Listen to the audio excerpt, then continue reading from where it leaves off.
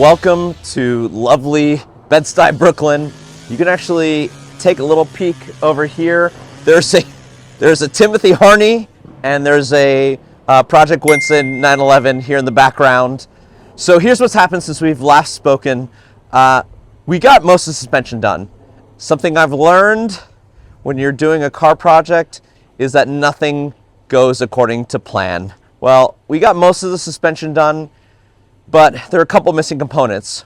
One, our lovely turbo front brakes do not fit our 16-inch off-road rims and tire setup.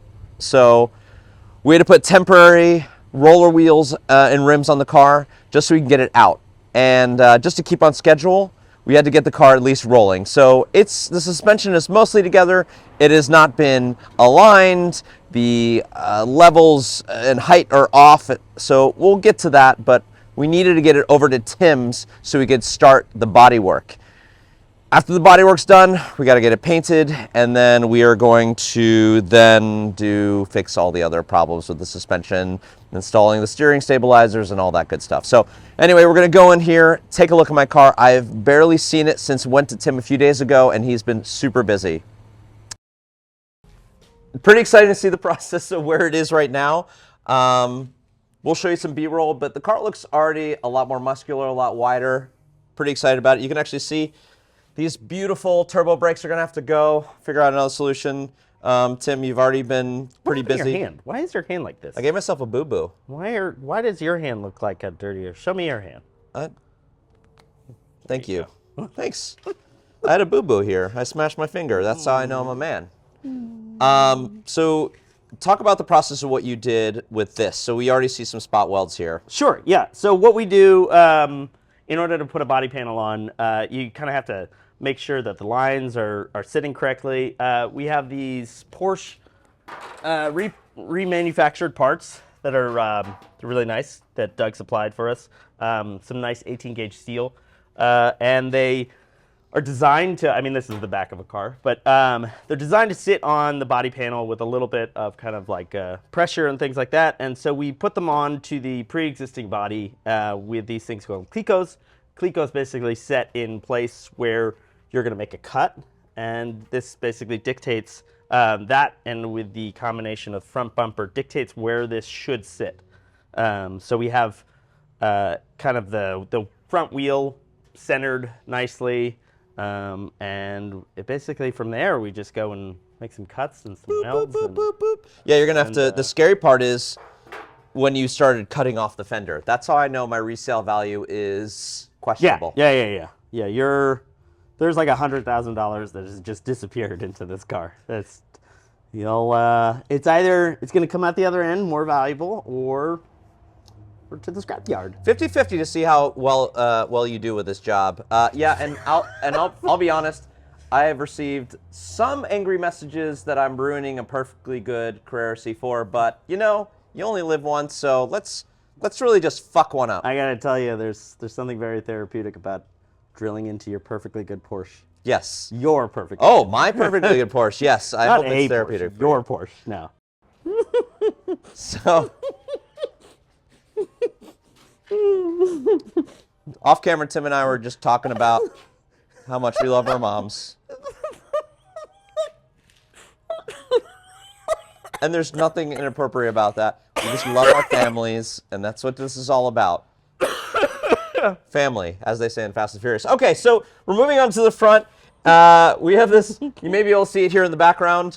I spent a pretty penny on an OEM turbo front bumper. Yeah, like a Honda Civic. Yeah, a front bumper for this car. It doesn't.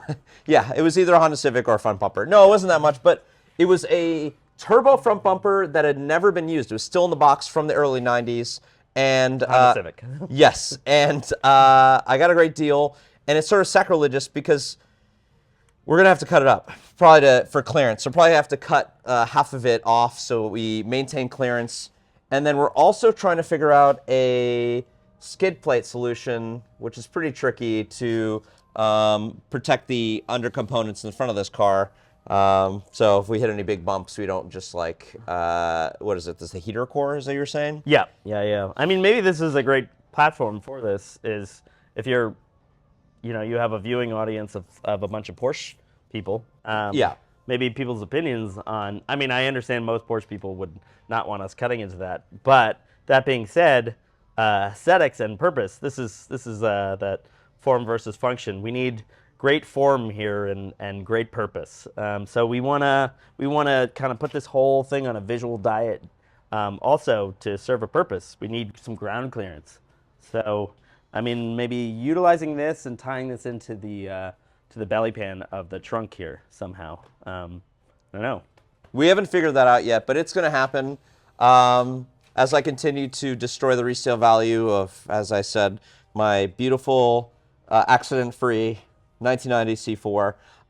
And then, yeah, Tim, I was thinking, and I guess we'll figure that out. We're trying to figure out a place to mount a push bar. Nothing too big, but something that, if I bashed into anything, ran over any pedestrians or trees or bushes or anything like that. I saw people previously welded into this Aluminum front. Yeah. Yeah. And so I'm not an expert. I don't know if that even would have any major benefit other than to like keep stuff from smashing into the hood. Well, you're in luck, Doug, because I'm also not an expert. Okay. Well, we're learning as we go. Thankfully, Tim's pretty good with metal and cracking jokes and just being a sweet, sweet baby man that he is. So anyway, this is just a good status update. Oh, and we'll touch on real quick the rust that Tim has been fixing before we go. Yeah, so like with any kind of rubber seal, this is what is this? This is like a 35-year-old car, 30? Yeah, something about that. Some odd year old car. You let rubber kind of sit and heat cycle itself out, and the windowsill just kind of disintegrated a little bit, and so we got all these lovely little rust patches in here. This is like systemic rust, so like cancerous rust, meaning we have to cut out big sections of this windowsill here, and we're going to recreate them. So we do this with a bead roller, and we actually make a replacement panel that just looks exactly like that. And we cut, section, TIG weld it in, planish, beat it out. It's like it never even happened. And we'd run your bash guard through here. Okay. And this would be closed up in aluminum, and we'd use small markers on the side. Okay. So Tim's idea is that we'd actually cover this part with aluminum, have a little small marker. This is actually where the turn signals, factory turn signals and fog lights would go. But we just cover that up and then I mean, good design doesn't look like design at all. So we want to make this, this is obviously a Porsche. We're not trying to steer away from that. So the concept would be an option that Porsche made that, right, didn't ever exist really. Well, so look somewhat seamless. Yeah, exactly. So the bumper, the bash guard would come out of here. It would attach to the aluminum bumper inside, and it would be kind of like a DOM, and this is where we could attach our light rack. Ooh, light rack maybe in the front here. Yeah. We're still kind of working on that. And yeah, like we were saying, this is actually where the factory fog light would go. So instead we just cut a hole and then run the push guard through there. So that's a good seamless solution. So this was the original concept. Yep. And the idea would be to create an aluminum panel that basically that raises right here on the hood, and these would just set into it. So this would that'd look really nice. Yeah, and we'd create a light array. So the whole idea on off-road lights is you want to create an entire array, not just spotlights. So they get angled like this. They'll be like in a semicircle. Yeah, exactly. That would mean that your badge would go bye-bye. Bye-bye badge. That's okay. Yeah. We're doing what we want. So we got 5 Baja Squadron fog lights. Yeah.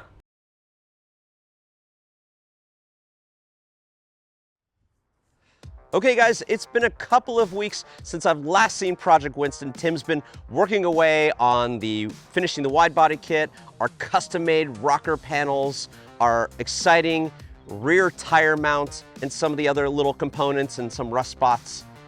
As you can see behind me, I have this trailer loaded up behind my truck. We're headed down here from Hudson Stables in New Jersey down to Tim's shop in Brooklyn to pick up Project Winston. We're gonna load up and I'm gonna drive 2 hours to our paint shop in Pennsylvania to start the painting process. A few things to note that we worked on in the last couple of weeks.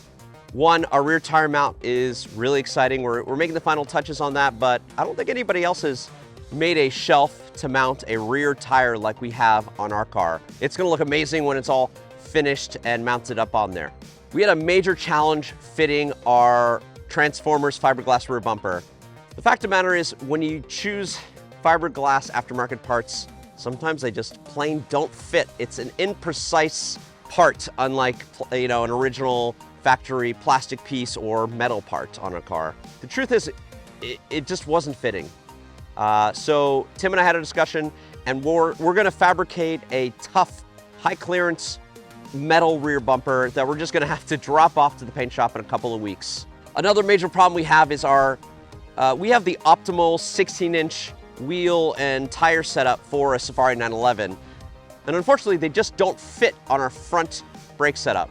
Why? Well, the Elephant Racing Kit uses Porsche 993 front spindles and brakes, which is newer than my car. It's a slightly redesigned setup, and they weren't really designed for 16-inch wheels.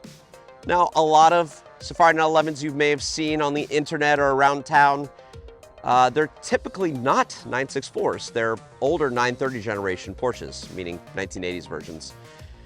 And they fit 16-inch wheels a lot easier. So there is a way to make them fit, but it's gonna require potentially machining our wheels or having custom wheels fabricated. Well, we're gonna get to that eventually. In the meantime, we have temporary 17-inch wheels on my car right now so that it can roll up here on this trailer.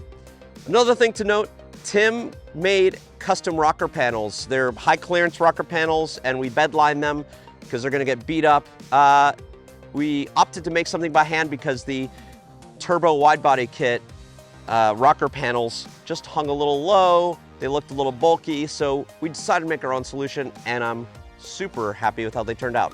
Anyway, I'm really excited to get the car over to paint. We're gonna look over at swatches and choose my final color and get the process started. It's gonna take a few weeks. This is a really big step, and I'm super excited. So let's get on the road and start the 80s montage.